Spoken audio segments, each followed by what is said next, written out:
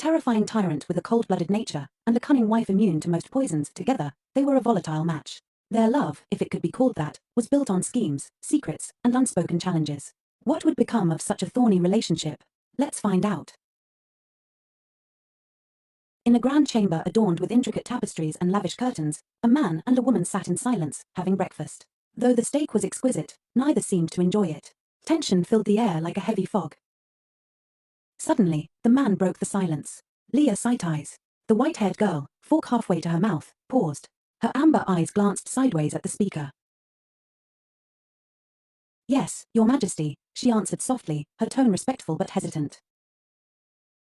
The black-haired man beside her was none other than Sion Bamud, the emperor of the nation. He turned to her with an expression that was both cold and slightly petulant.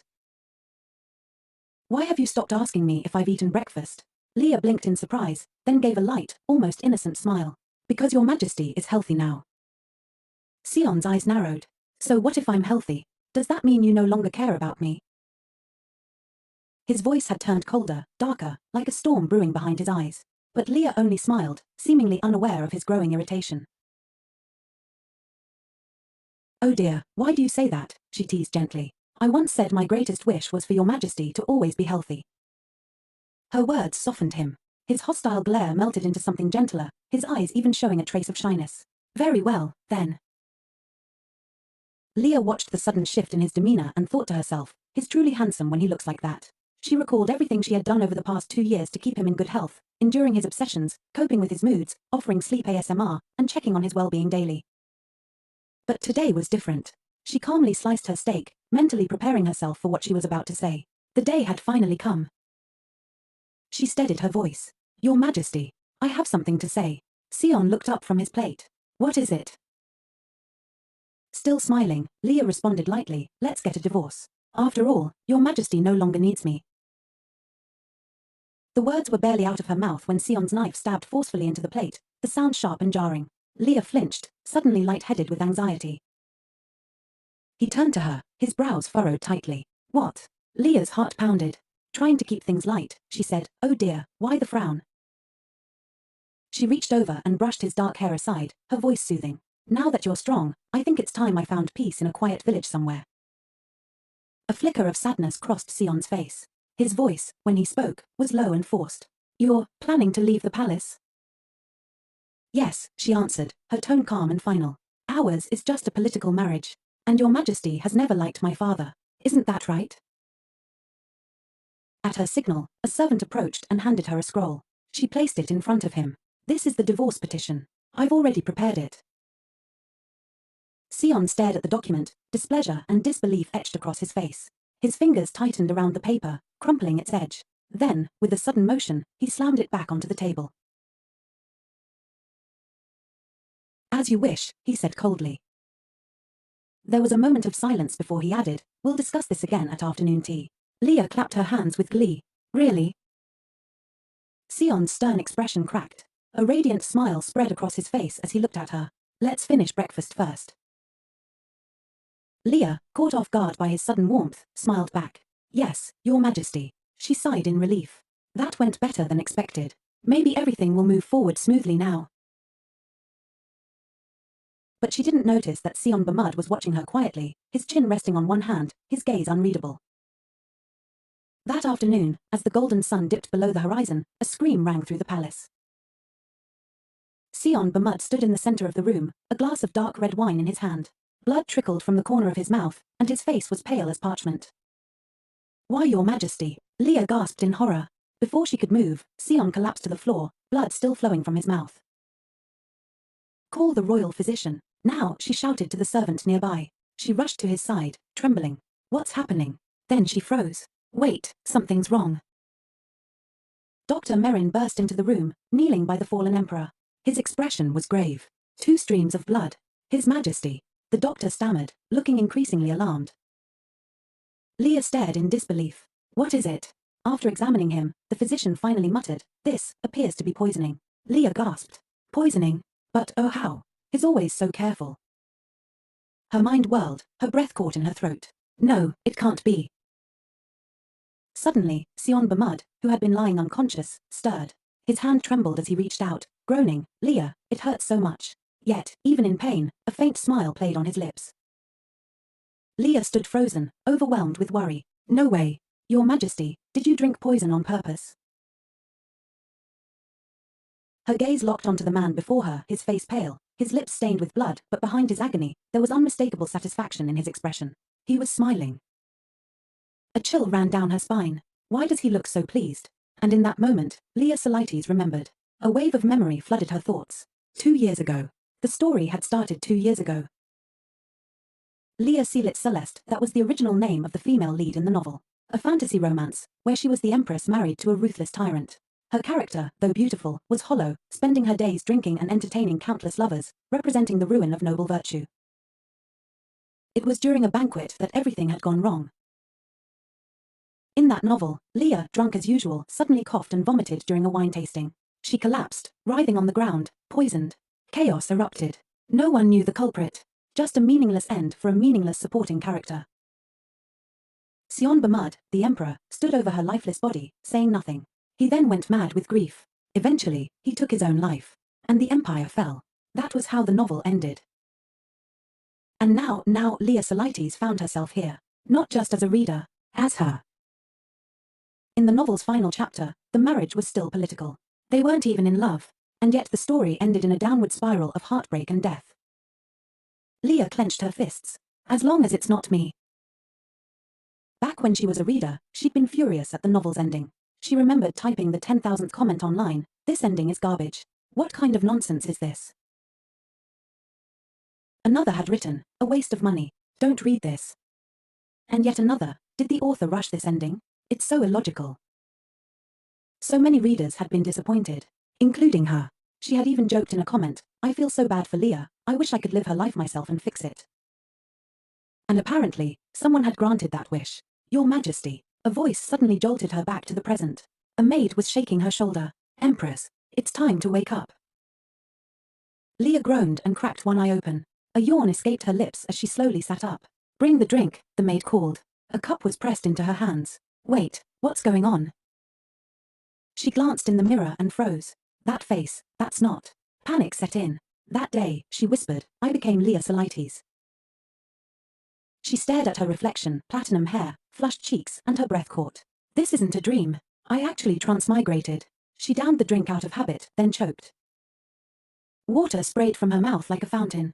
Her face turned pale. What is this?" she gasped. The nearest maid bowed repeatedly, trembling. "Please forgive us, Your Majesty. Your favorite wine ran out, so we brought beer." What? Leah wiped her mouth. Who gives beer to someone who just woke up? And then another realization struck her. Wait. Leah, the original Leah, drinks wine like water. One of the trembling maids added, "Her name is Luren, Empress. I apologize. If we dismiss her so soon after hiring, it'll cause gossip." Leah sighed and massaged her forehead. "I understand. But from now on, no alcohol. That's final." "Yes, Your Majesty," Luren said with relief. "Then shall I prepare your schedule for today?" Schedule? What am I supposed to do? Leah was still disoriented. If I act suspicious, I'll be exposed. Suddenly, a brilliant idea came to her. Yes. After bathing, I'll visit the concubine quarters. The maids blinked in surprise, then nodded and moved to prepare her outfit. She chose a striking red dress. Against her platinum blonde hair, it made her look sharp, like a blade wrapped in silk. Looking into the mirror, Leah thought grimly, "My husband, the tyrant, Emperor Sion Bamud. After Leah's death, he went mad. Killed himself. Destroyed the entire nation. At age 28. She did the math. He's 26 now. So he has 2 years left. I have 2 years left." Her fingers gripped the edge of the vanity. "No time," she whispered. "I don't have time to die." Luren tilted her head. "Your Majesty." Leah turned urgently.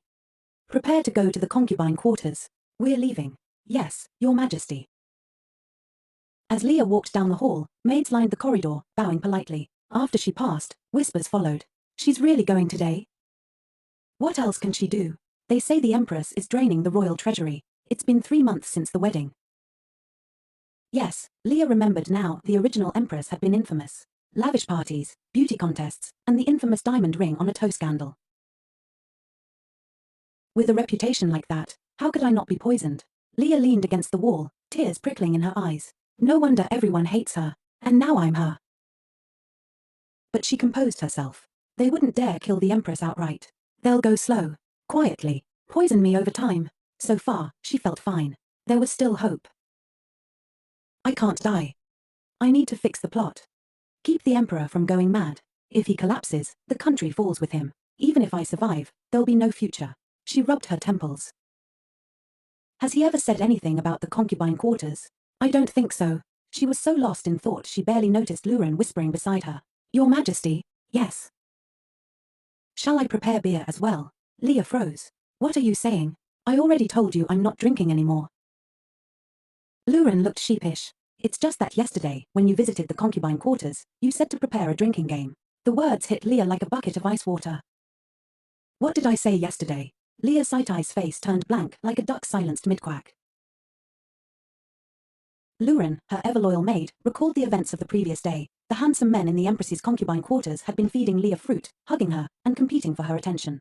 Luren timidly reminded her, Your Majesty said the winner of the drinking game would be granted the first night's opportunity, remember? Leah turned crimson. Then, without warning, she shoved the doors to the concubine quarters open and shouted, No, cancel everything, cancel it all. Her face was drained of color. She mumbled wearily, This degenerate body, if I don't reform quickly. But before she could finish the thought, she froze at the sight before her. Inside, a crowd of absurdly handsome men turned in unison, smiling gently. Welcome, Your Majesty, they chimed sweetly. Some were shirtless, flaunting their sculpted abs.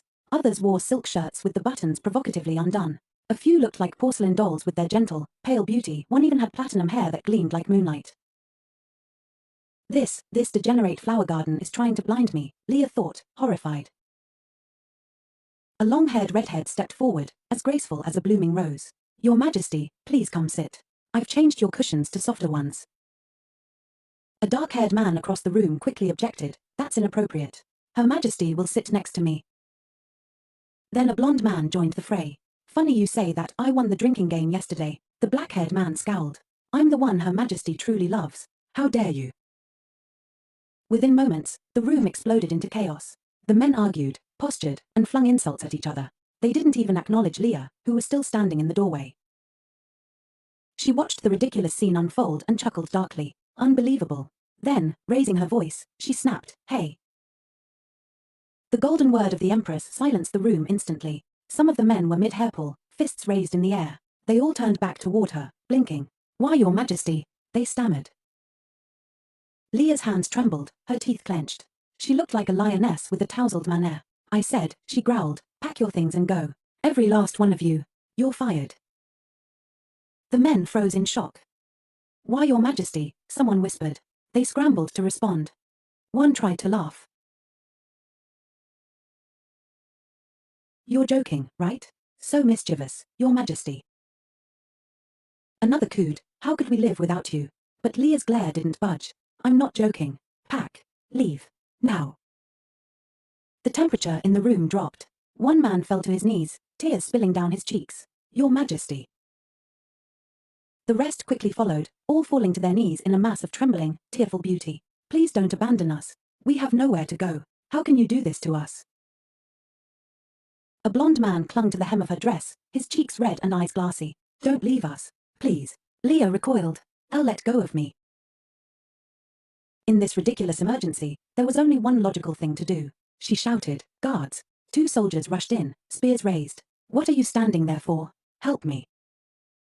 One pointed a sword at the sobbing black-haired man. Out of the way. More screams echoed in the hall. Your Majesty, didn't we kiss last night? How can you deceive a man's heart and leave? Leah massaged her aching temples, groaning. What is this nightmare?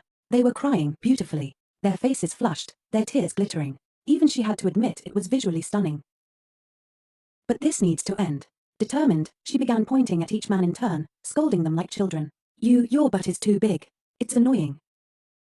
The man burst into fresh tears. But yesterday, you said it was cute. She pointed at another. Your muscles are disgusting. Put your shirt back on. And your breath stinks. The line of scolded men wailed as she berated them, one by one. You too, go outside and reflect on your lives. By the time she shouted, Get out, for the final time, Leah was panting from exhaustion. Finally, peace. The once rowdy quarters were now silent. She wiped sweat from her brow and sighed deeply. Luren hovered nearby, watching with wide eyes. Your Majesty, are you unhappy? Leah looked at her, smiling weakly. No, I'm relieved. Luren, ever oblivious, tilted her head. I understand. You didn't like tonight's arrangement, did you? Leah's expression fell. Tonight. Tears welled in Luren's eyes as she clutched Leah's skirt. Please don't worry about the officials. Just rest until evening. Evening? What now? Then Luren brightened. How about I find an even more handsome man? Leah nearly fell over. That's not it. A soldier nearby perked up. I'll make a list of the top candidates for your Majesty's pleasure. Leah stared at him, horrified. How can Leah's sight eyes be considered so promiscuous? No. Listen to me, she said, grabbing them both. The soldier stepped closer and tilted his head. Then, what is it? Suddenly, he let out a breathy gasp and slowly took off his uniform, revealing a six-pack and flushed cheeks. I see, it's my turn. I'm sorry, Your Majesty. I didn't know you wanted me, so I wore old underwear.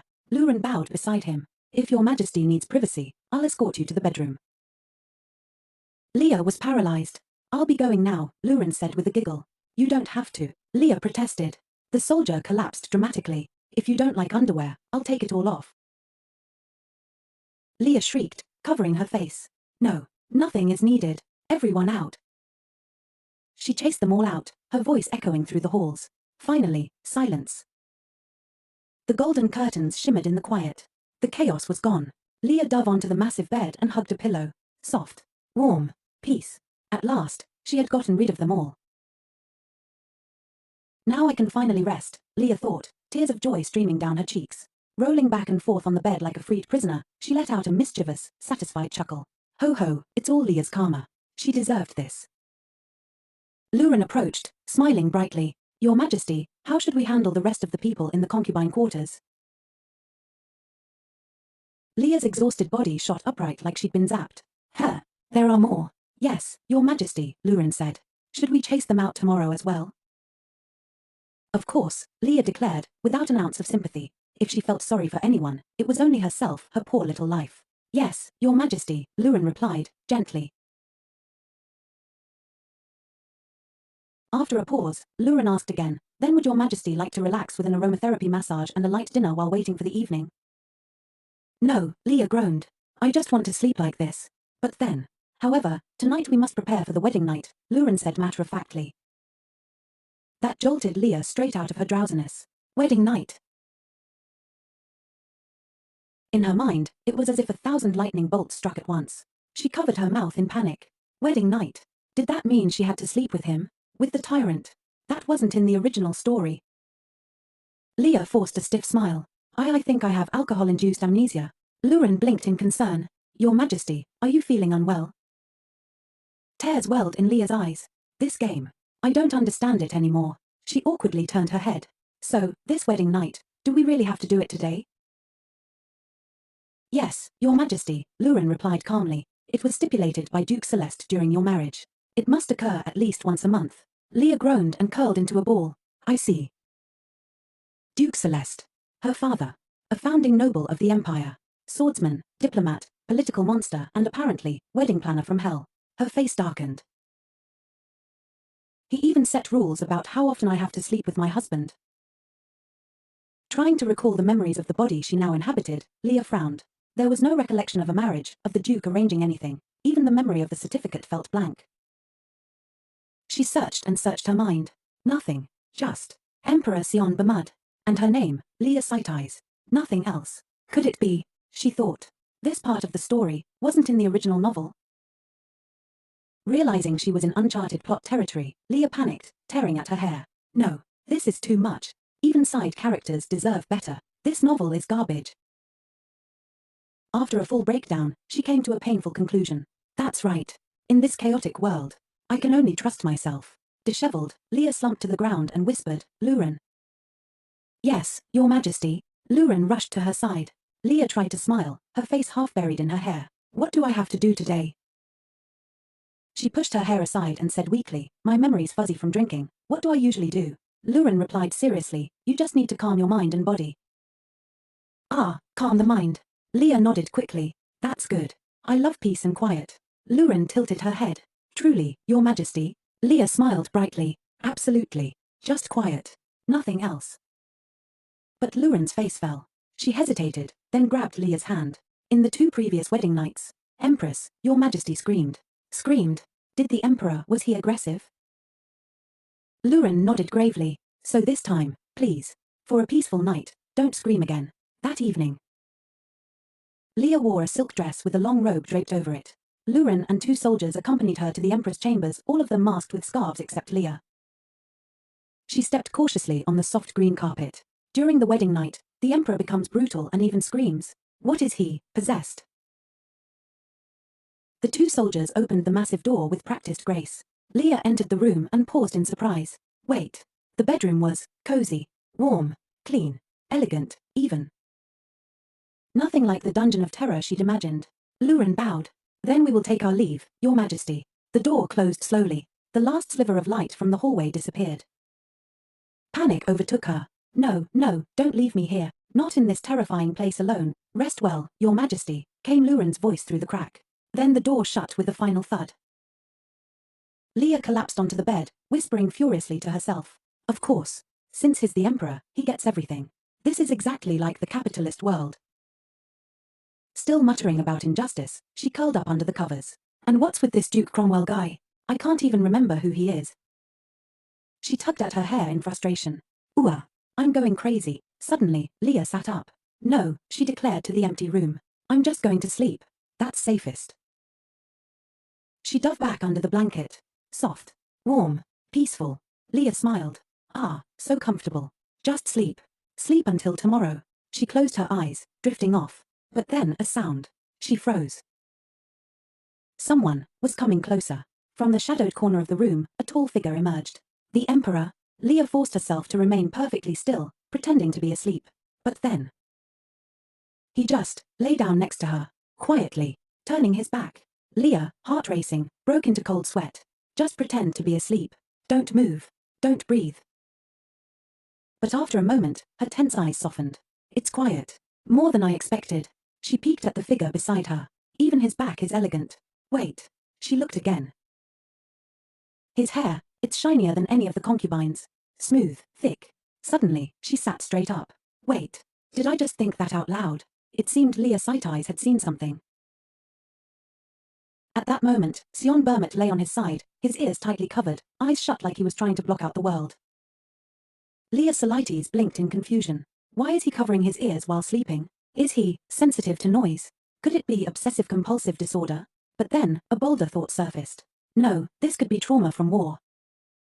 She gazed at him with growing sympathy. If he keeps covering his ears like that, it'll hurt him eventually. With that, Leah gently reached out, calling softly, Your Majesty. But the moment her fair hand touched him, Sion Bermet's large, rough hand gripped her wrist tightly and in a flash, he pushed her down onto the bed. Her eyes widened in shock.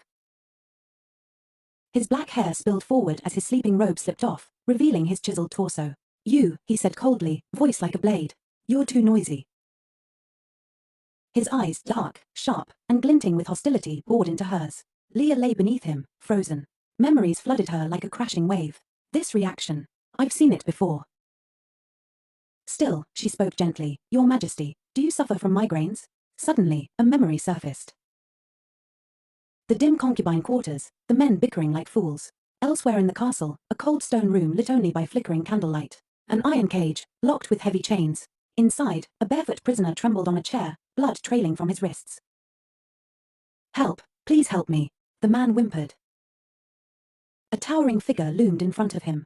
The stench of blood and the echo of screams filled the space. Sion Bermet looked down at the prisoner, his face blank, empty, emotionless. This disgusts me, he thought. Suddenly, he gripped the iron bars in front of him with both hands and yanked. The screaming stopped. The prisoner slumped, lifeless. As a child, Sion had cried when a sparrow died in his hands. He had reached out for comfort, but instead received a harsh slap. Don't get attached to such meaningless things, a man had snapped. Happy or sad, it doesn't matter. That man, Cromwell Celeste, never hugged him, never soothed him. He only instilled one lesson. Emotions are dangerous, weak, a threat to the empire.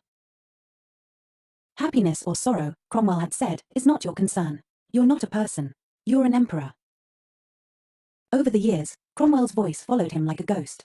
Don't involve yourself in unnecessary things. Emotions are the greatest obstacle. Only by shedding them will you survive. Even after Sion took the throne, Cromwell whispered in his ear, never stop annihilating your enemies. That is the only way to fulfill the prophecy, to save the kingdom. So Sion Bermot continued killing, until there was nothing left in his eyes but war. Each murder, each scream, embedded itself in his mind, leaving a lingering ache that never faded. And the headaches.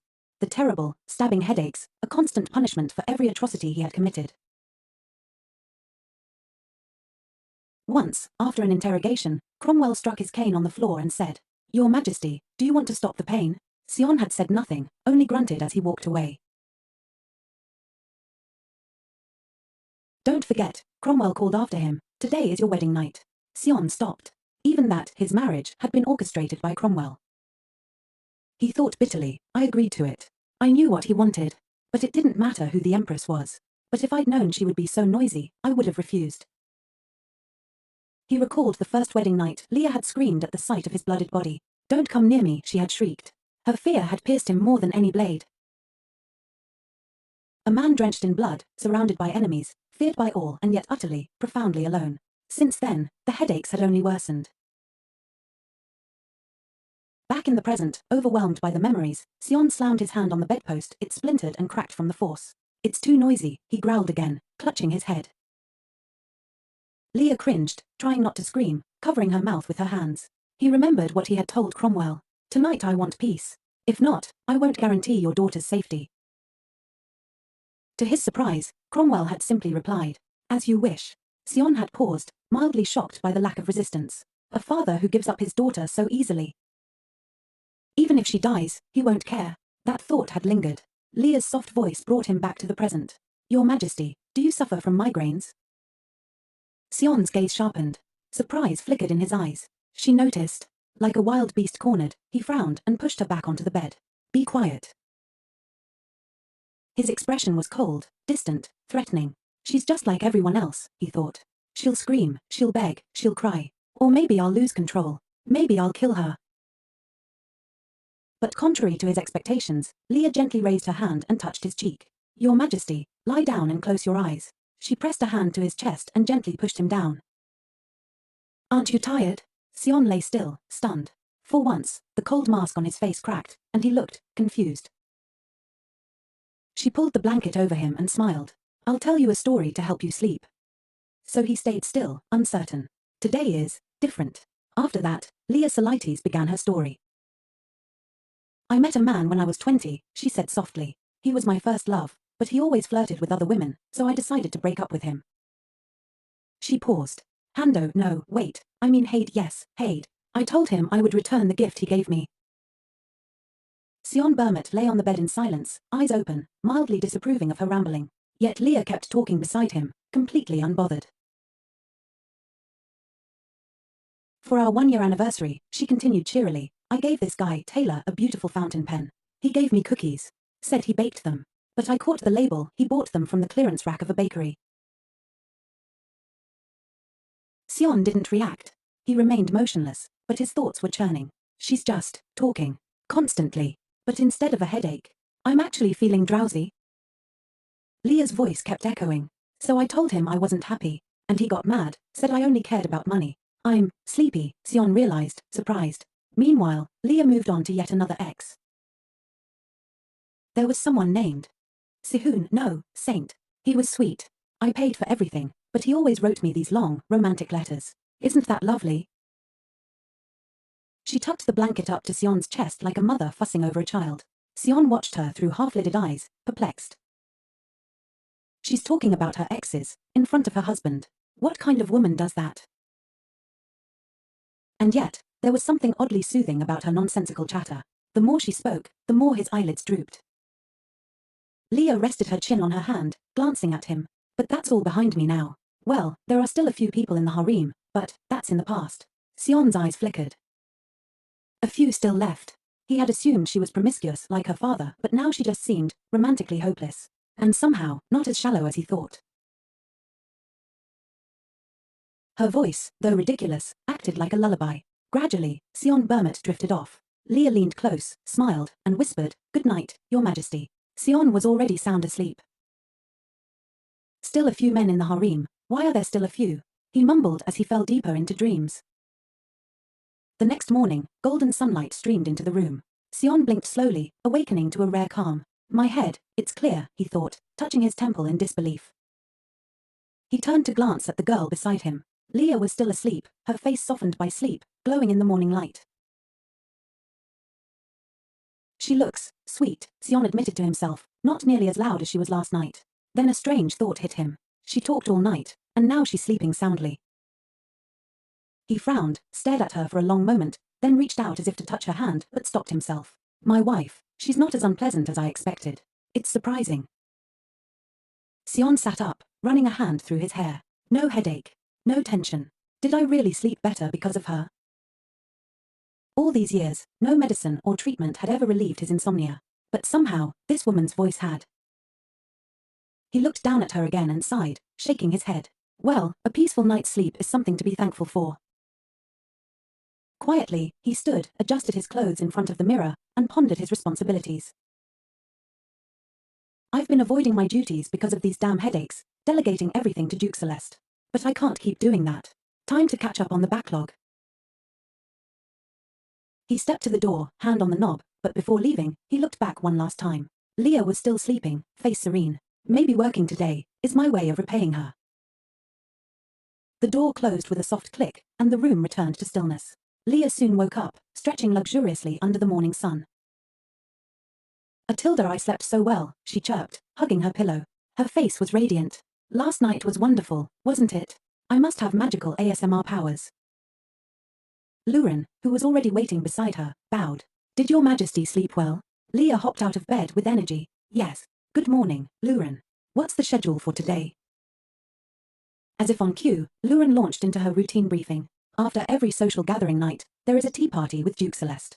The Duke will arrive in 2 hours." Leah's smile dropped. "The Duke, again?" Her tone turned bitter. "Why is he always showing up after those nights? I don't need a post-mortem." In her memories, every time she met Cromwell, he'd ask, "When will you give me a grandchild? I'm old and waiting for death." She always answered, "Father, I'm only 20. But he wouldn't stop. "Dragon tail soup will help you birth a son. Eat it all." Leah felt dizzy from just remembering it. "Actually," she muttered, "I think I'm going to be sick in about an hour. Tell him not to come." Luren blinked. "But Your Majesty, haven't you been waiting for this day? Really?" "Yes. You said it was the only day your father could visit." Leah glared at the ceiling, silently cursing her past self. "Stupid brain. Why did you arrange this nonsense?" She remembered reading the author's notes on a blog titled Leah Saitais Harem Empire, which included essays like Fatherhood and Power, a Legacy of Pressure. "I don't want to deal with anyone else's family trauma," she thought miserably. "Let's just say this never happened," she whispered. "Understood, Your Majesty," Luren said, a little stiffly. "Thankfully, last night passed without incident. I'm sure the Duke will be relieved." Leah smiled, humming as she rested her chin on her hand. "Yes, yes. Go tell him that. Oh, and prepare a bath. Right now? Yes. I need to see the Imperial Doctor today." Luren blinked in surprise but quickly obeyed. Leah, meanwhile, was already planning her next move. "There's no time to rest. I nearly died from poisoning. I need to learn more about this body and fast. I need to check my condition immediately." Suddenly, the doors burst open. A young man with long hair and dazzling, androgynous features walked in, beaming. "Empress, how can you be here already?" he exclaimed. Leah froze. Of course I picked him for his face," she thought bitterly. "If you had called me," the man said sweetly, "I would have come running barefoot if I had to." Leah forced a polite smile. "No, I just had a few things to ask." "Then let us sit and talk," he said, guiding her to the sofa. Leah sat awkwardly. He leaned in far too close. She subtly scooted away. "Isn't this a little too close for a consultation?" He tilted his head. "But last time, you said this distance made it easier to hear." He leaned in again, whispering by her ear. Leah's expression twitched. She moved a full meter away from him. Even the doctor's flirting? This is insane. I'll be more mindful of personal space, he offered, stunned. Please do, she muttered, already mentally regretting her harem recruitment choices. After regaining her composure, Leah Solites cleared her throat and spoke in a more measured tone. More importantly, I've been concerned about my health lately. She straightened her posture and gave the androgynously handsome doctor a serious look. I'd like a full checkup. Allergy tests, body scans, the works. You're the doctor. I'm sure you know what's best. The man smiled charmingly and interrupted her mid-sentence. I don't know anything about that. Leah blinked. What? He shrugged. I don't know anything about those things. A beat of silence. The maids nearby froze, eyes averted, ears pretending not to hear. Raising one slender hand, the man slid it onto Leah's shoulder and said in a sultry voice, but I do know your softness very well. Leah flinched. This wasn't a doctor. This was a creep. Before she could respond, the man continued with an unsettling familiarity. Don't you remember? You said there were limits, even in the bedroom. To him, Leah Solites was a rose on a lonely peak. But on your throne, aren't you tired of being alone, my empress? He whispered. Let me know you. Trust me. Snap. Leah smacked his hand off her shoulder with a sharp flick of her wrist. Her expression turned icy. What kind of imperial doctor doesn't even know how to conduct a checkup? She said coldly. It's a miracle you're still alive. She turned toward the guards without hesitation. Take this man away immediately. As he was dragged out, the so-called doctor cried out, Empress, wait, there must be some misunderstanding. I can fix it, Your Majesty. But Leah didn't even glance back. She stormed into the inner room and slammed the door behind her. Her eyes landed on a dusty, broken stethoscope tossed carelessly on the table. She sneered. A stethoscope covered in dust, she muttered. Keeping someone like that as a doctor. I'll be poisoned in no time. Lurin, she barked. Lurin entered, flustered. Yes, Your Majesty. Who recommended him? Lurin looked hesitant. Actually, you did. You chose him from the candidate pool yourself. You said his face made you feel like you could trust him. Leah stood frozen. Her jaw twitched. That idiot Leah, she really picked a doctor based on his face. Without another word, she grabbed the man's framed license and tore it clean down the middle. A deadly smile spread across her face. Medical degree from a third-rate university, she muttered. Terrible grades, forged recommendations, and all of it approved. This certificate's not even worth burning. As she was about to rip it further, something clicked in her mind. Wait. Documents submitted to the Empress must be reviewed first, by palace officials. Then how did he even get shortlisted? Her fingers loosened. The torn paper fluttered to the floor. Leah's face darkened. It couldn't just be Leah's bad taste. Someone helped sneak him through. Her heart raced. A chill crept over her skin. If someone with zero qualifications had made it to her side as her personal doctor, then it wasn't just a fluke. Someone wanted her dead. Not only that, quietly dead. No alarms, no suspicion. A slow deterioration masked as illness. This wasn't random. It was planned. And if she had been poisoned long before, then the original Leah's death had been no accident either. It was assassination. And worse, carefully orchestrated. Leah's hands clenched into fists. Whoever's behind this is still watching. Still operating. She thought of the Emperor, of his migraines, of his increasingly erratic behavior. If his private physician had been similarly corrupted. Leah's expression hardened. I won't sit back and die. I won't let anyone harm me or the Emperor. She straightened her spine and called out again. Lurin. Yes, Your Majesty. Prepare to visit His Majesty. I need to speak to him immediately. Yes. Before confronting the dark forces at work, she needed clarity and answers. She couldn't afford to delay any longer. I have a few things to confirm, she said. Where is he now? Lurin looked nervous. He's in his study. Good. Leah stood without hesitation. Then we're going now. Outside the Emperor's study, the hallway was silent save for the posted guards. When they spotted Leah approaching, they bowed deeply. Greetings, Your Majesty. Leah beamed at them with the sweetness of a spring flower. Hello Tilda, is His Majesty inside? The guards froze for 5 whole seconds. Was the Empress, smiling, greeting them? Could you open the door? She asked pleasantly. I have some urgent matters to discuss with him. They scrambled back to protocol. Apologies, Your Majesty. His Majesty has requested not to be disturbed, unless there's a prior appointment. Leah's smile didn't fade, but her eyes narrowed. I understand, she said gently, but this really can't wait.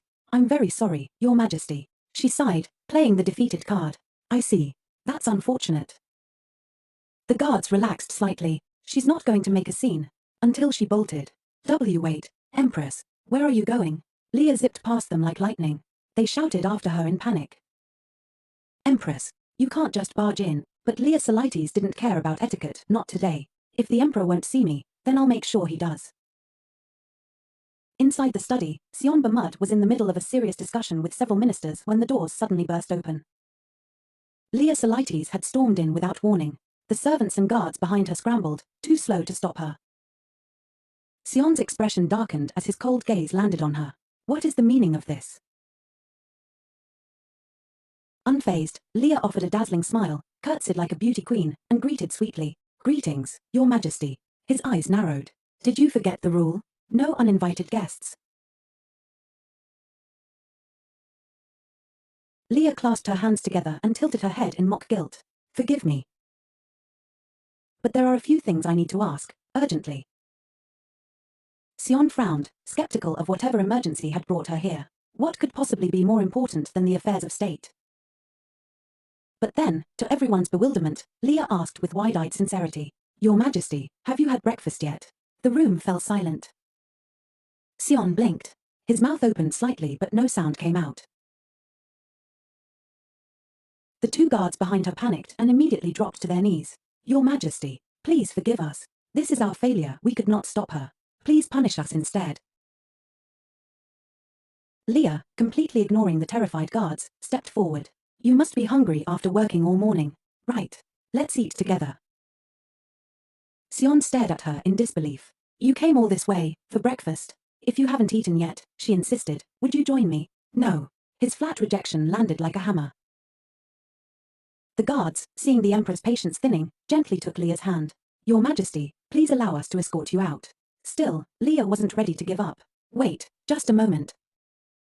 Outside the door, Lurin rushed to her side. Your Majesty, are you all right? Leah huffed. I'm fine. Move aside. She turned back and knocked loudly on the study doors again. My king, please don't be like this. Come eat with me. Every word, every action, was driven by sincere worry. He won't recover if he doesn't eat properly. She knew she was being ignored, but she refused to back down. I need to stay close to him. How can I assess his condition if we only meet once a month on ceremonial nights? Of course, her behavior looked excessive to others, but she knew her survival and his depended on it. No one would believe me if I said I might be poisoned and he might die by suicide. That's why she had to change her strategy, getting closer through meals, building trust. Only when he lets me in can I protect us both.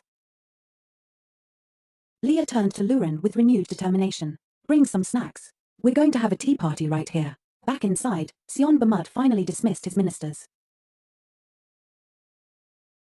You've worked hard, Your Majesty, his secretary said politely. Shall we continue the rest tomorrow?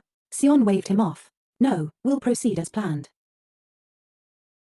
He stood, ready to leave only to find Leah still sitting outside the door, like a stubborn cat guarding a mouse hole.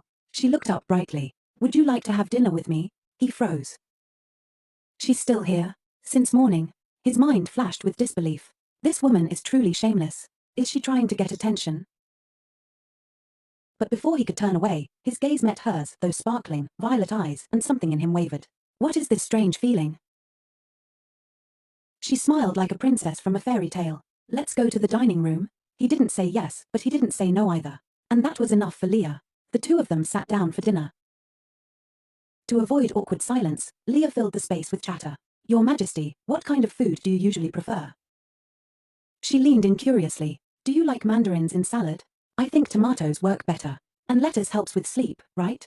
Sion remained silent. But Leah kept going, unfazed. The chef made chicken with almonds.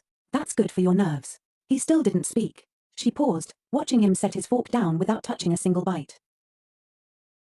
Me, she asked softly, a bit embarrassed by her rambling. A heavy silence settled over the table. Then his voice cut through the air. What do you want? She looked up calmly.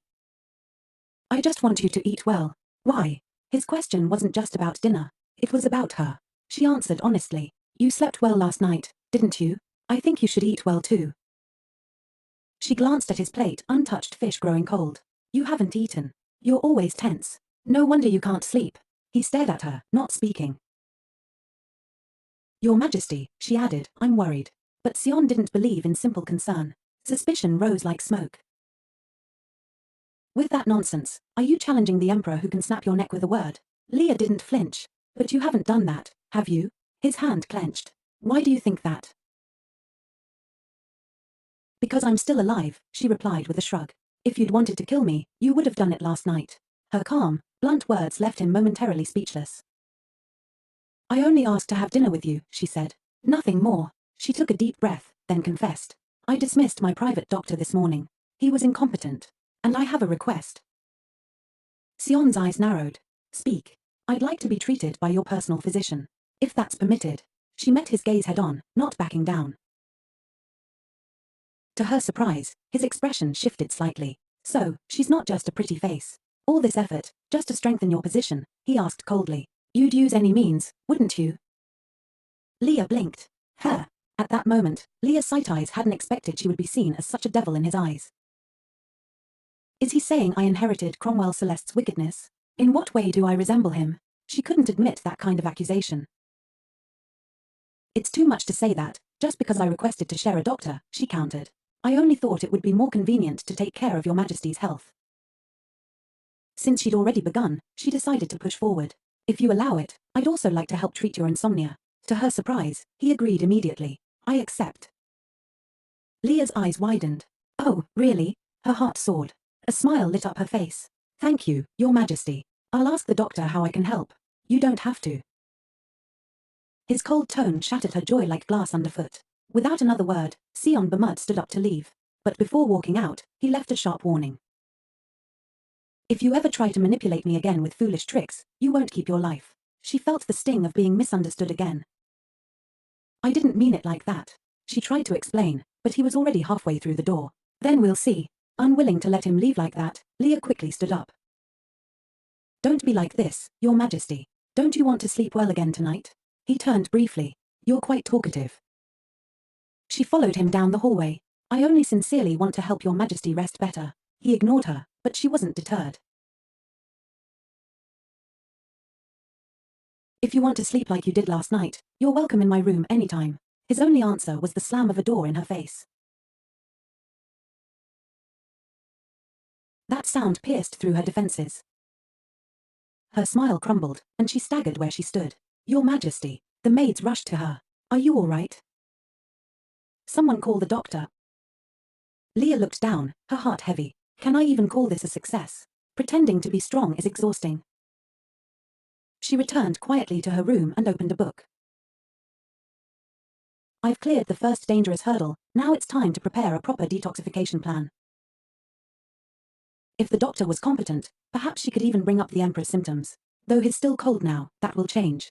Eventually. Even if Sion Bamud resisted now, he wouldn't forget the feeling of a good night's rest. That alone gave her hope. I will win him over. I'll protect him. And I'll survive. From that day on, Leah began to visit his study regularly. She would gently push the door open each morning and say with a cheerful voice, Good morning, Your Majesty. Have you had breakfast yet? At noon, she'd return. Would you like to have lunch with me? At this point, she had thrown away all pretense of pride. Who cares about my image? It's not like I've got anything left to lose. According to what she remembered, a week had passed since that night, meaning his limit must be approaching. That night, as the palace was wrapped in moonlight, Leah brushed her hair alone in her chamber. Loneliness clung to her like a second skin, and her eyes shimmered with quiet sadness. She stepped out into the cool night air only to find someone already waiting for her outside her door. Oh my, what wind brought you here? It was none other than Sion Bamud. Her eyes widened. Your Majesty. He looked tired, worn down. And finally, he admitted in a quiet voice. Let me sleep. Leah blinked, stunned, but just a second later, a gentle smile bloomed across her face. Yes, Your Majesty. Please come in. That night, they slept deeply, together, and in peace. The next morning, Sion Bamud returned to his usual paperwork. His secretary approached and whispered, Your Majesty, the Empress has arrived. Sion paused. He didn't respond immediately, perhaps reflecting on the night before. Eventually, he stood up. Wait here. Yes, Your Majesty. His staff was stunned. He actually went to see her. Gasps and whispers followed him through the corridors. Oh my God, it happened again. Did you see that? It's the 4th day in a row. I think I'm losing my mind. Everyone could see it. Sion Bamud was opening up to Leah's sight eyes. Slowly, but surely. At breakfast, he surprised her by initiating the conversation. How was your morning? Leah's heart fluttered. She answered brightly. I was a bit busy. I read in the garden. The flowers are blooming beautifully today. It was really peaceful. Sion simply nodded and continued eating. His cool demeanor hadn't changed, but the fact that he asked was enough. Still, Leah wanted more. He's still standing in place. I need him to move toward me. She reached forward and asked sweetly, Your Majesty, could you pass me the pepper? Without hesitation, he handed it to her. She smiled brightly. Thank you. Thanks to you, this will taste even better. When he stood up to leave, she looked up hopefully. Or, are you leaving already? Her tone was so light, so playful, that even Sion couldn't help but pause. I'll see you tonight, Your Majesty. After he left, Leah happily continued her breakfast. Luren, ever the observant maid, leaned down with curiosity. Your Majesty, how are you doing this? Chem, what do you mean? Luren clarified with wide eyes. I mean His Majesty. He used to avoid you completely, except for that one wedding night. But now, you see him every day? Leah didn't hide anything. She took a sip of tea and nodded. Yes. Luren still looked awestruck. Should I call this training? Leah chuckled. Maybe. She thought back to that night. How she'd carefully served him. How he'd finally surrendered to sleep. Welcome, Your Majesty. Please lie down. She'd helped him into bed, brushed her hair aside, and stayed by his side. The only thing he said to me was, put me to sleep. He was surprisingly cute, she recalled. To help him, this man with deep insomnia and haunted, sleepless eyes, she had told him a simple story. Let me tell you about one of my maids, she'd said softly, who used to work at my house. And as she tucked him in, her voice carried him into slumber. Now, he can't sleep without me, she realized. Maybe he's starting to like our nights together. Luren blushed and whispered. Your Majesty has worked very hard for him, every night. Leah Sealights felt a quiet joy settle in her heart. She was happy that she could help him feel at ease. He seemed satisfied, she thought with a soft smile. Luren, watching their relationship bloom, couldn't help but share in the joy. You two have become so close, she said warmly. I'm sure the Duke would be very pleased. Yes, Leah nodded. It has to be like that. After breakfast, Leah moved on to her next task. Since that day, Father hasn't visited again. I need to finish this before nightfall. Yes, Your Highness, the servants replied, bowing respectfully before returning to their duties. Health had always been Leah Sealight's priority, so the next thing on her list was to pay a visit to the doctor. Greetings, Your Majesty the Queen. The doctor bowed nervously. Leah entered with her usual grace. It must be exhausting to see me so often. Standing in front of her was Merton, the Emperor's palace doctor, a woman Leah had long suspected was unqualified. Leah sat down and crossed her legs. Since the first time I consulted you, I haven't had a single headache-free night. Despite Merton's diagnoses being technically accurate, her care was careless. What bothered Leah more was how she treated patients like liars instead of reflecting on her own incompetence. You treat me like I'm imagining things, Leah said coldly. What are you going to say today? Merton looked anxious. Your Highness. I've been forcing myself to act like I'm healthy, Leah continued. But it hurts. It really hurts. Having been cornered by Leah for 2 weeks, Merton had reached her breaking point. Hurry up and give me the medicine. According to my diagnosis, Your Highness is perfectly healthy, Merton said weakly. Leah's voice dropped, menacing and quiet. If someone easily sells their integrity to money or power, doesn't that increase the likelihood of bribery? Please explain your symptoms more clearly, Your Highness. I don't know. Just give me the medicine. She had more than enough reason to pressure this doctor, and today was the final test. The most decisive day. Leah leaned forward slowly. Today, I will receive an accurate diagnosis. No more excuses. She gave a quiet warning. Your life depends on your answer. The room turned icy cold. Now, she said, what is your diagnosis? Merton's hands trembled. Why, Your Majesty? Leah remained still, watching. You have a mild illness. Leah smiled sweetly, but her eyes burned. That's your answer. Merton stammered, terrified. Why, Your Majesty, how could I? Leah stood up. Her voice sharpened. Then diagnose me correctly. You've made me look like a liar, and you think your head should still be attached to your body. She raised her hand. I'll count to 3. This is your last chance. 1.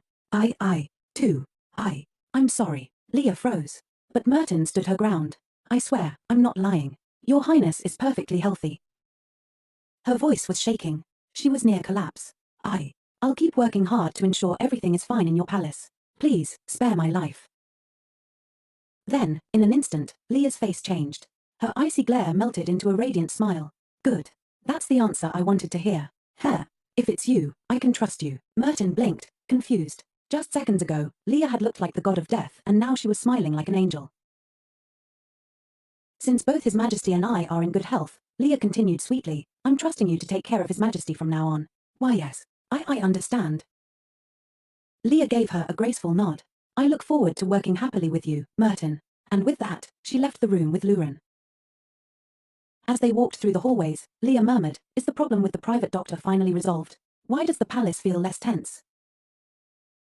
Yes, Your Majesty. We've cleaned up most of the harem, Luren reported. All the furniture and decorations have been removed, and the rest will be cleared today. But then her expression grew stiff. There's one delay. Someone refuses to leave, which is slowing down the work. What? Leah frowned. I explicitly ordered all of them to be removed. I know, Your Majesty, but they insist on meeting the Emperor first. Leah scowled. More of Leah's old mess. That would end today. If they want trouble, I'll show them I'm the best troublemaker on this continent. Just then, a loud voice echoed through the walls. The royals must keep their promises. Leah pushed the door open and entered. Hey, you. If you keep shouting, nothing good will come of it. She expected a mob, but there was only one man. Oh. Just one person, she blinked. That's easier than I thought. The man turned around. Expulsion. I won't accept it. Luren leaned in and whispered, Your Majesty, that's Leo Castle. The Emperor brought him in personally, called him charming and intelligent. Leo was visibly furious. You can't just throw me out. His Majesty promised to pay all my tuition if I joined the harem, and now he's kicking me out. I'll be an overeducated beggar. He shoved a paper in front of her. Look, this is signed. 3 years in the harem and he'd pay my Imperial Academy tuition. Leah took the document. At first, she remained calm, but when she saw the total, what? That much? Over 100 million won per semester? This was a financial disaster waiting to explode. If the truth came out, she'd be known as the villain who wasted the Empire's money. Still, she offered a solution. I'll rescreen the harem, she said. You've only been here for 2 months. I'll get you transferred and cover your fees elsewhere. But Leo shook his head firmly. No. It has to be the Imperial Academy. Why? I'm studying a specialized medical course. Only available there. It may not be profitable, but it's what I care about most. That caught her attention. Medical, you're making medicine? He nodded. Realization hit her like a lightning bolt. An antidote. This man might be able to make antidotes. She leaned forward eagerly. So, you graduated top of your basic course? Yes. I was hoping to move into general medicine. Difficult to master, but it involves real pharmacology. And it's only available at the Imperial Academy. Yes. The success rate is low, but... Okay, she cut him off. I'll support you. Leo blinked in shock. You will? My family has money, she said flatly. I'll invest in you. That evening, Leah lay beside Sion Bamud, curled up under the soft covers. Raindrops pattered gently against the windows. I like warm tea on rainy nights, she whispered, burying her face into the pillow. The sound of rain always calms me, and tea warms my heart. As she spoke about her childhood, about silly stories and memories, Sion listened quietly. Slowly, his breathing calmed. His eyes began to flutter shut.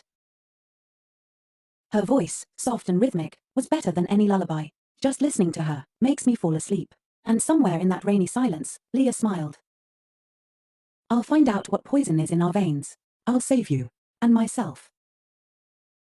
The next morning, after enjoying a full night's sleep, Seonbamud awoke feeling strangely unsettled. I couldn't find it, he murmured to himself. Despite his reluctance to get involved with her, the woman always beside him was Leah Seelights. Is my spirit really this weak? He wondered. No matter how hard I try, I only seem able to fall asleep next to her. But there was no time to dwell. Another issue had arrived, one far more urgent. Your Majesty, a close aide reported, we've received letters from the south requesting the expansion of maritime trade. Before this pressing concern, Seonbamud's mind grew muddled. He couldn't handle this problem alone, not without her. This matter should be discussed with Duke Celeste, he said, half thinking aloud. He'll decide on the treatment of prisoners. His thoughts were spinning, funding recovery efforts, prisoner policies, economic implications. And then, as if summoned by fate, that familiar sweet voice cut through the storm in his head. Your Majesty, have you had breakfast yet? Another beautiful morning, another unexpected visit from Leah Seelights. Please, she continued brightly, have lunch with me. Seeing her cheerful face, Seonbamud blinked in surprise. The Queen, isn't she angry? Nevertheless, the two entered the dining room and sat across from one another. Silence loomed between them. The awkwardness was thick. Unable to bear it, Leah finally asked, why are you always so silent? But she didn't realize the reason for his silence was her. He just wanted to hear her voice more. Seonbamud had been guarding his words carefully, terrified of saying something wrong, of hurting her. I'll stop asking about the men who left the harem, he reminded himself. That's why I must choose my words wisely. His heart was a storm of contradictions, and he didn't know what to do with all the emotions swirling inside. Another morning passed, and Seon returned to his mountain of paperwork. The palace air grew thick with tension. No matter how hard he tried to focus, Leah's face kept appearing in his mind. Even if I've sobered up, he admitted to himself, I still can't concentrate. Because of that woman. He rose from his chair with resolve. Sitting idly wasn't helping. He needed answers. I'll go ask her directly. Too many questions about Leah Seelights clouded his thoughts. Why did she start paying attention to me? What are her true intentions? I will go to the Queen's palace, he ordered. Where is she? Standing before Luren, his tone was cold and demanding. She said she was in the harem. Your Majesty, Luren stammered. She said it was urgent. That answer gave him pause. The harem, after taking care of me so sincerely, she's suddenly gone there. A dangerous idea crossed his mind. Try this, Your Majesty, echoed the memory of her gentle voice. Have some snacks. Lie down. You must be tired today. Is she mocking me? He thought bitterly. Was she simply tired of him now? Was she seeking pleasure elsewhere? He didn't want to admit it, but his insecurities distorted her intentions. Her absence grew into suspicion, and the suspicion grew into hurt. She's just a scheming girl, he told himself, approaching me for her family's benefit. The daughter of Duke Celeste. There's no way she came to me without an agenda. What Seonbamud had always longed for was simple, warmth, human connection. But years of pain and self-imposed isolation had locked his heart away. Someone like me, I can't long for those things anymore. Still, as he turned to leave, a small part of him whispered, then why does it hurt when she's not around? Meanwhile, Leah Seelights had just finalized her support agreement with Leo Castle. Okay, she said decisively, let's do it. She would financially back him in exchange for 2 years of service as her personal pharmacist. It was a smart move, but she had one condition. If you pass the safety stage, she added, I'll fund your tuition at the Imperial Academy. Leo had seemed hesitant at first, but eventually he agreed, and for the first time in a while, Leah found someone she could actually trust. All the other men I've met only know how to flatter, she thought, but not him. She had a good feeling about Leo Castle from the beginning. There was no calculation in his eyes, only pure passion for learning. If he hasn't been bribed, then I need to recruit him first. I'll do it, Leo had said, as your private pharmacist. Leah's next words made him flinch. What kind of medicine do you want? A tonic, he ventured. Immortality medicine, she replied half-jokingly. Of course, that's not real. Then her expression turned serious. But I do need you to research poison. That request silenced Leo completely. After a moment of thought, Leo Castle finally spoke. He had to be sure. Excuse me, he asked cautiously, but may I know the purpose of using poison? Leah could already tell what he was thinking, but the moment she explained her reason, his demeanor changed completely. I don't know when I'll be poisoned, she said honestly, so I want to prepare an antidote in advance. Oh, I understand. Can you not agree so easily? She muttered, half exasperated, half amused. Without further delay, the two signed a mutual agreement while the conversation was still fresh. But Leo, ever cautious, added a condition. This kind of research could easily be misunderstood. I need a guarantee that my life will be protected during this time. Certainly, Leah replied. From now on, our survival is linked. I won't betray you. Only then did he untie the headband he wore as a sign of commitment. Very well, he said. Leo Castle had worked hard to earn his education, and he was not one to be taken lightly. He eyed her and gave a quiet warning. If the Emperor tries to cancel this agreement again, I'll report your poison research orders to the Academy and the press. I have some connections. Leah shuddered at how thorough he was. He's so careful. I can't afford to lose this guy. She placed her hand on the agreement and reaffirmed her promise. Okay, I won't kick you out, but you better not go anywhere else either. Or forget the tuition. I'll send you straight to the underground prison for deceiving the Queen. She smiled as she warned him. You know how cruel I can be. Of course. From now on, I will serve with absolute loyalty, Your Majesty. Everything progressed quickly from there. So, let me explain the plan now, she began. Leo Castle, as expected of a top student, immediately offered a deeper insight. I understand you want to survive, but is that all? You do realize that antidotes aren't miracle cures, right? He grew serious. They can neutralize toxins in the body, but they can't reverse permanent damage already caused. Organ damage can't be undone. What are you trying to say? If you truly want to stay healthy, you need to increase your resistance. You have to condition your body. To what? To toxins, he said bluntly. What? You want me to consume poison? You need to train your body to tolerate small doses, so that when it really matters, the antidote can work fast enough. Leo spoke with full sincerity. I'll carefully assess your condition and prescribe the lowest possible doses, nothing that would seriously harm you. Then, he added, if you don't trust me, I'll try them myself first. Leo was stunned. His dedication was overwhelming. If I kick him out, it'll be a disaster. This passion is amazing. Then Leo brought up another issue. If we buy poisonous herbs from the market, rumors will spread. It's better to grow them ourselves in the Queen's herb garden. I have some seeds ready. Leah hadn't expected him to be this thorough, all for the sake of research. Poison and medicine, two sides of the same coin. This might spiral into something huge. Feeling a headache coming on, she considered the logistics. We'll need discreet servants, she muttered. People who won't talk. An idea struck her. What about the ones clinging to the palace pillars outside? They're desperate and refuse to leave. If I let them stay in exchange for silence, they'll agree. After a moment's thought, she smiled. That's a good idea. They won't demand high salaries either. I'll have them start cultivating the land today. Leo was surprised by her practicality. Are you managing the palace finances now, Your Majesty? Economical, aren't I? She said with a smirk. He hadn't expected her to be saving money by transferring him. Oh, should I be more economical? He looked genuinely impressed. fast. Your quick wit is truly limitless. Leah chuckled. You should have realized my brilliance sooner. Yes, of course. Please forgive me for not recognizing your intelligence earlier. Better. Be careful next time. She raised her teacup with pride. A toast to loyal doctors, talented pharmacists, and a future without poison. Back in Sion Bamud's office the next morning, the sound of a snap filled the room. He had broken another pen. The tension in the room was unbearable. The ministers sat in silence, too terrified to breathe. That's the 12th pen today. One of them muttered under their breath. A tray full of broken pens sat at his desk. No one dared to ask what was wrong. Suddenly, the door creaked open. Your Majesty, came Leah's soft voice. Let's go have breakfast. Without hesitation, Sion Bamud stood and walked to her, like he had been waiting for her all morning. And just like that, the room exhaled. The air lightened. Peace returned. No more snapping pens. The ministers nearly wept with relief. We survived, someone whispered. Before her arrival, everyone had been green with anxiety. Sion's strange mood swings had made them fear for their lives. Didn't he seem okay for a while? One murmured. Why is he suddenly so sensitive again? Then, the realization hit them all at once. Wait a second. It's calmer when the queen is around. Yes, they eat together every day. Everyone's hearts were in turmoil. What happened between the emperor and the queen? Whatever it is, someone said. Please let it continue. For our sake. Meanwhile, Sion Bamud followed her again, unable to resist her voice. A gentle, sweet voice. It draws me in. He didn't mean to. It was unconscious. But he always found himself trailing after her. I can't keep pretending anymore, he thought. I just want to hear her voice. And with that, he followed her out of the room once again. As Sion Bamud walked quietly behind Leah Sealights, a wave of memories washed over him. He remembered those nights, each one the same, when she greeted him with a soft smile, no matter how late it was, as if she'd been waiting for him. Even in the quiet of night, she welcomed him gently, as if haunted by a memory only she understood. Every night, he found himself lying next to her, listening to the sound of her voice as she told stories to lull him to sleep. Somehow, before he'd even realized it, he had ended up in the queen's room again and again. And gradually, something changed. He no longer felt shy or uneasy around her. When had this all become so natural? His heart twisted in confusion. Unless, is she playing with me? How did it come to this? But Leah had noticed too. He's staring again, she thought, feeling his gaze burning into the back of her head. It's like he's trying to drill a hole through me. Though their relationship had grown closer, an uneasiness stirred in her heart. We've lived peacefully for a while. So what's wrong now? They sat across from each other at the dining table. Sion Bamud remained silent, saying nothing. Leah felt the chill in the air. I thought we were finally close, but now he's gone quiet again. On the outside, he seemed cold, but inside, he cared. He made sure she was eating well, sleeping properly. He even cooked for her sometimes. And yet, here he was, unable to speak a word. No, she reminded herself. I can't jump to conclusions. If this were easy, it would have followed the original script. She understood the kind of emotional cage Sion Bamud had lived in. He had locked his feelings away for years, so now, she didn't want to pressure him. She would be patient. She looked at him with soft eyes and said, if I ever do something that upsets you, please tell me. I want us to understand each other better. But Bamud, as closed off as ever, simply muttered, it's nothing. Leah couldn't hide her frustration. Your Majesty, you keep glaring at me like that. She tried to lighten the mood, playing the part of someone vulnerable to soften him. If you keep looking at me like that, I'll get scared, she said playfully. But in Sion Bamud's mind, that statement was oddly amusing. Scared, he thought. She's quite bold for someone who claims to be scared. She's sitting right across from me, confronting me head on. Watching her talk non-stop while he sat silent, he felt something stir again. She suddenly asked, are you angry with me? Angry? He blinked. Not really. She smiled gently and said, then relax a little. You look much softer when you do. He watched her face, so sincere and radiant. That strange, stirring feeling returned, but then he shattered her heart with his next words. Don't worry about my business. Leah's smile faded like a flower wilting in sudden frost. I thought my efforts were finally reaching him, but he's still shutting me out. Why? Sion noticed the sadness in her eyes. It made him pause. If she was just playing with me, why would she look so hurt? He began to question everything. What if I've misunderstood her all along? She had only said she was going to the harem. Now he realized it didn't necessarily mean she went to meet someone. Maybe she'd gone to remove the remaining members and clean things up. That would make more sense. I've been overthinking everything. He sighed to himself. Visiting the sealed harem can't be called mockery. I made a big deal out of something simple. Sensing the tension, Leah forced a gentle smile. Seeing you relaxed makes me happy. And her soft smile worked. Bamud relaxed slightly. The cold expression faded. A real smile appeared. He realized then that clear thoughts came more easily when he had enough sleep, and Leah had been ensuring exactly that. My father-in-law is cunning. He probably doesn't want me to be in good shape, but this girl, she wants me to be well. Truly. The contradiction left a question echoing in his chest. Why, Queen, why do you care so much about me? Just then, Luren knocked on the door. Your Majesty, it's the head maid, Luren. May I enter? Come in. Bamud immediately questioned her. Did you make an excuse to get the Queen away earlier? Yes, Your Majesty. I used the excuse of training the servants. He nodded. Good. Be direct. As Leah's closest servant, Luren likely knew her better than anyone, so he asked, lately, the Queen has been unusually attentive to me. Do you know why? Luren answered honestly. The Queen is rather unpredictable, but she seems to have taken an interest in managing the harem. She's been focused on cleaning it up, so her sudden attention to my health, Bamud asked slowly, is just a hobby. It might be. Luren replied cautiously. She finds purpose in it. I see. That's enough. Then he added, make sure she loses interest in the harem from now on. Yes, Your Majesty. But Luren hesitated, then added, actually, these days the Queen has taken up gardening. She instructed one of the men in the harem to begin cultivating the palace herb garden. That one sentence struck like lightning. What did you just say? Bamud asked, frozen. She has a man from the harem working in the palace, Luren repeated. The Emperor's calm vanished. There's still a man from the harem here, in the Queen's palace. Meanwhile, in another part of the palace, 3 people sat slumped in exhaustion after working hard all day. Oh, my muscles. They're dying, groaned a chestnut-haired girl named Hay. The boy next to her, holding a teacup, was Taylor. Even though the work was tough, they were grateful. Hey,